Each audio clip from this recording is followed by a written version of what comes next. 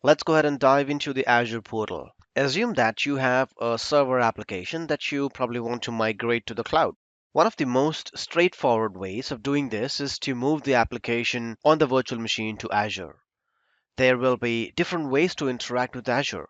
So you got Azure portal that runs on the browser, so you do not have to install anything to use it. Alternatively, you can install the CLI, which is the command line interface, or you can use the Azure PowerShell or the SDK, which stands for the Software Development Kit.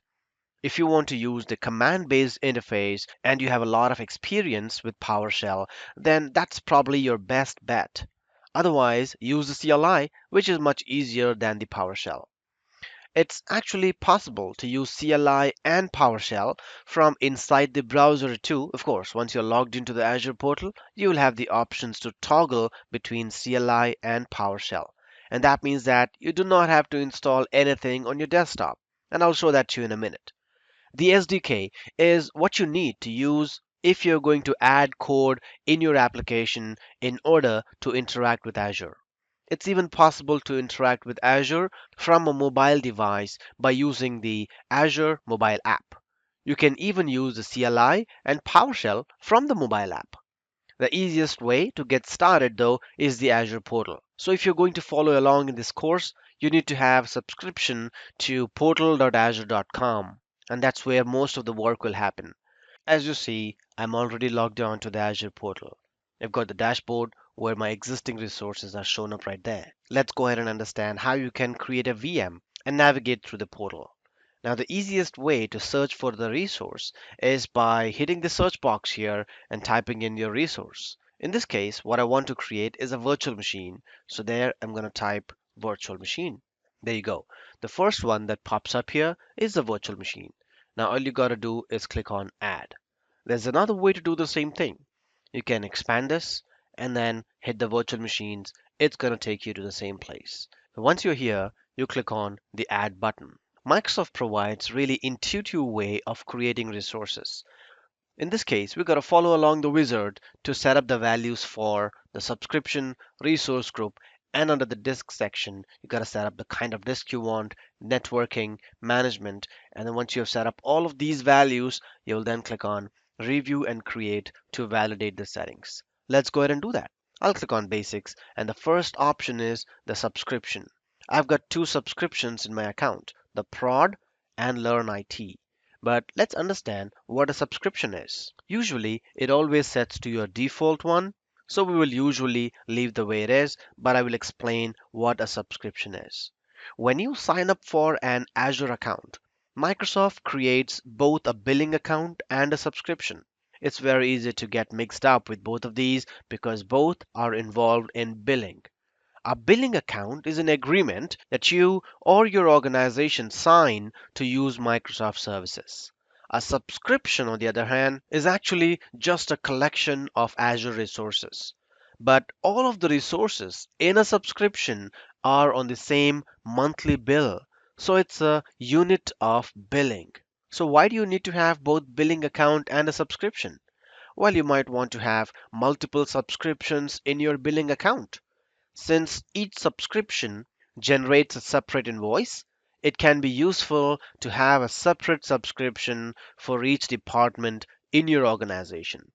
Also, since the resources in different subscriptions are isolated from each other, you might want to have multiple subscriptions for security or compliance reasons. Okay, so we'll leave the subscription as default one, and now it's asking for the resource group. Now, what is a resource group? A resource group is a collection of resources, but a subscription can have multiple resource groups, so it's a way of further grouping the resources within a subscription. There are a variety of ways to divide resources into resource groups, but the best practice is to group related resources together, such as virtual machines and its associated storage account. So we're going to keep whatever is related to that application into that same resource group. Generally speaking, the resources in a group should be created and deleted at the same time, which makes sense if they are components that work together to provide a solution. All right, so let's create a resource group to hold this VM. and I'm going to call it as, let's say, dev-rg, which stands for the Development Resource Group. I'm going to click on OK. The next thing is where we decide in which region the VM should go in. Of course, I'm going to type in the virtual machine name. Let's say call it as web server and then the region. Microsoft has data centers in every continent except Antarctica. Now, each of these dots is a region, and each region contains multiple Azure data centers. You usually want to choose a region that is closest to where your users are located. Now, I will choose East US from this drop-down menu.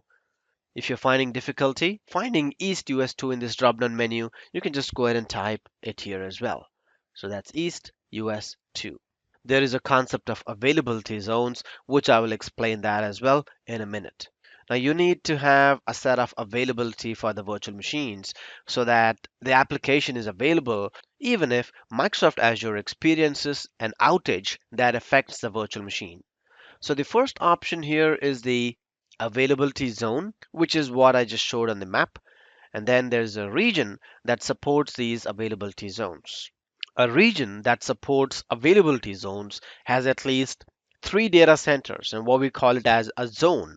If you put VMs in multiple zones, then a data center outage won't take down your application because your VMs in other zones are still running. It added another field called as availability zone so we can choose one, two, or three. It really doesn't matter which one we choose for this VM. It really doesn't matter which one we choose for this VM. But if we create a second VM, we would need to put it in a different availability zone. I will choose one. Next, we need to choose a VM image. What is an image?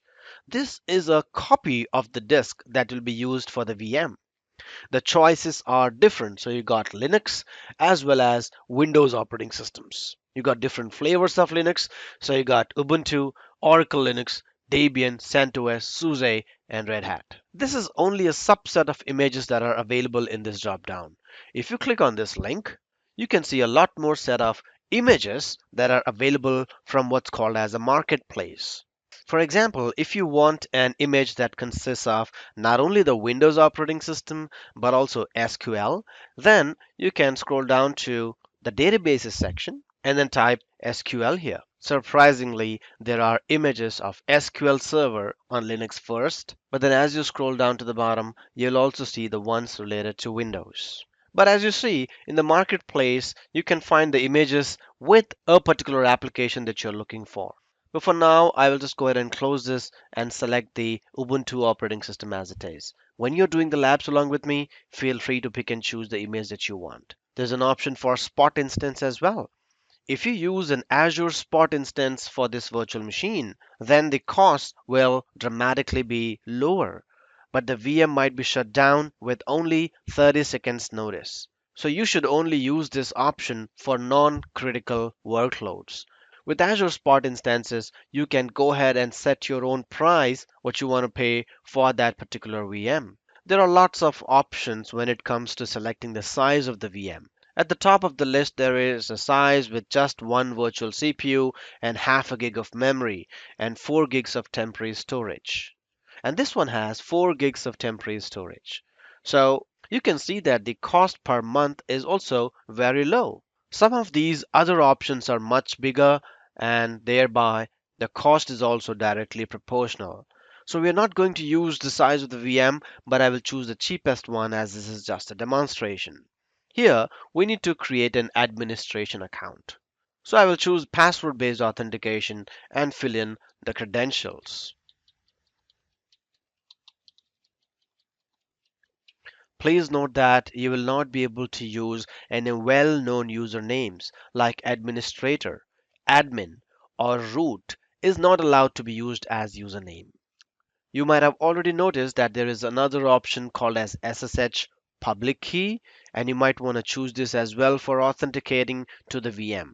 But since this is just a demo, I will use a password and then move on to the section where you can select the ports. The inbound ports here lets you open up the VM to access from the internet. If this VM will be acting as a web server, let's say, then you might want to open port number 80 and 443. There's also an option to open the SSH port so that you can log into the VM remotely.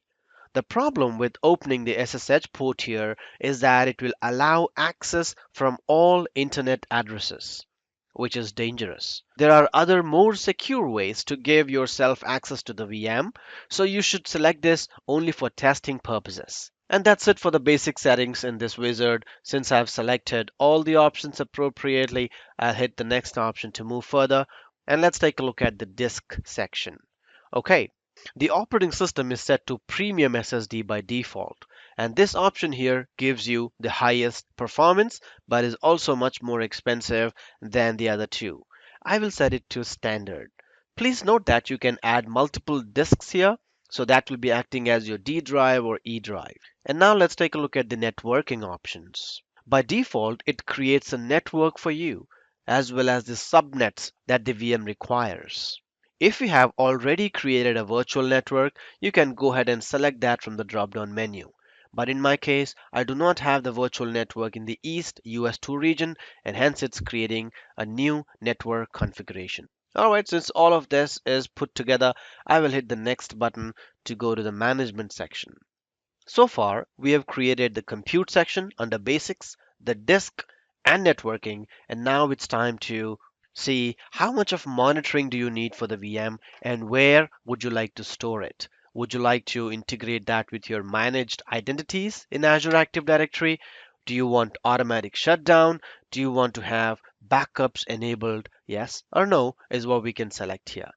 In the advanced section, you have the extensions where you can select the agents required for monitoring your VM, antivirus as well, and there is an option to select the custom script extension. So if you have a script created and you would like that script to be executed during the VM provisioning, you can browse and select that script. The next option is the tags, which is very important for cost management and identifying who the owner is. For example, you can specify the owner as, let's say, Rob. So that will be the owner of the VM, and it's always better to have email addresses set up in the value field. Similarly, you can have multiple key value pairs set up in the tags to understand the metadata of the VM in future. Now that we are done with all of these fields, let's go ahead and validate this configuration by clicking on Review and Create. Looks like the validation is complete. I will hit Create to start provisioning the VM. Now I will pause the video for a minute because the provisioning of VM takes about 4 to 7 minutes depending on the kind of VM that you're creating. Alright, the VM is created. Let's click on Go to Resource to take a look at our VM. As you notice, there is a public IP assigned to this VM, so I can definitely use this as a source. So I'll just copy that and then launch a tool called Putty and paste it here and click on Open. And now, as you see, it is asking for the login prompt. So I can go ahead and type root admin here, which was my username, and then the password. If I type it correctly, it will let me log into the VM. And the only reason I got connected from my VM is because I've got port number 22 as an inbound rule onto the VM under the networking section. As you see, there are lots of other options. You can see the VM status that this is running, and there's a public IP which we use to connect to the VM, and there are certain controls on the top to stop and restart and capture the image and then delete the VM as well. Inside this menu, there are other options as well, like the activity log, which tells us what has happened to this VM for auditing purposes. Then there is security, backup, and monitoring, and there are lots of options that you can do and interact with the VM. Alright, that's it for the demo, and you should have a pretty good idea of how simple it is to create resources in the Azure portal. And regardless of what Azure resources you are creating, the processes will still be the same. That means you go to the Azure portal, find the resource like load balancer, app services, SQL databases, etc. Click on new and then follow along the wizard along with these field values. When you're done, make sure that you delete the VM so that you do not incur any ongoing charges. And it's very easy to delete the VM as well. The best way to delete everything associated with the VM, including the public IP address, is to go ahead and delete the resource groups. So you can navigate to the resource group, identify the resource group where your VM is, and then click on the delete resource group button. Okay, so that should be deleted. It's going to delete the VM along with everything that it created in the backend. Now, if you're ready to see how to work with Azure using the CLI, let's go ahead and connect in the next video. Thanks for watching so far, and I'll see you in the next lesson.